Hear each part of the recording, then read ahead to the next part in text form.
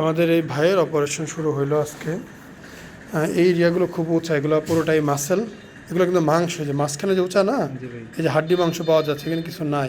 এই যে সমস্যা শুধুমাত্র এই অংশটুকু, এই যে চাকা গ্ল্যান্ড এই পর্যন্ত, এই যে দেখেন জাস্ট এই এরিয়াটুকু, এই জায়গা কিন্তু একদমই নর্মাল, এই জায়গাগুলো একদমই নর্মাল, এইটুকু হচ্ছে সমস্যা। এই যে চাকা গ্ল্যান্ড, এই বোটাটা এটা আস্তে আস্তে এইভাবে নেমে যাবে, তখন এত উঁচা মনে হবে না। বোটা ফেললে খারাপ দেখা যাবে, বোটাটা আমরা ফেলবো না।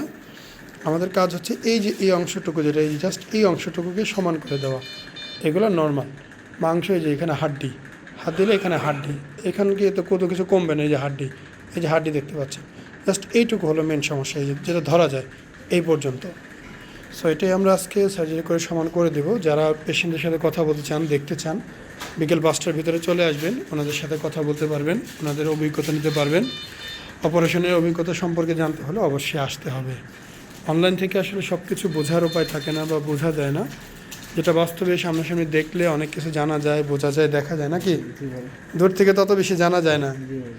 এখন সব ভিডিও দেখে জানতে গেলে অনেক ইনফরমেশন মিসিং হয়ে যায়, কারণ ভিডিওতে একটা জিনিস বোঝানো হয়, হয়তোবা সে অন্যভাবে বুঝে, হয়তোবা দেখানো হয় একভাবে, বোঝে আরেকভাবে। সামনাসামনি আসলে কথা বললে খুব ইজি হয়, বোঝাইতেও ইজি হয়, আমাদের বুঝতেও ইজি হয়।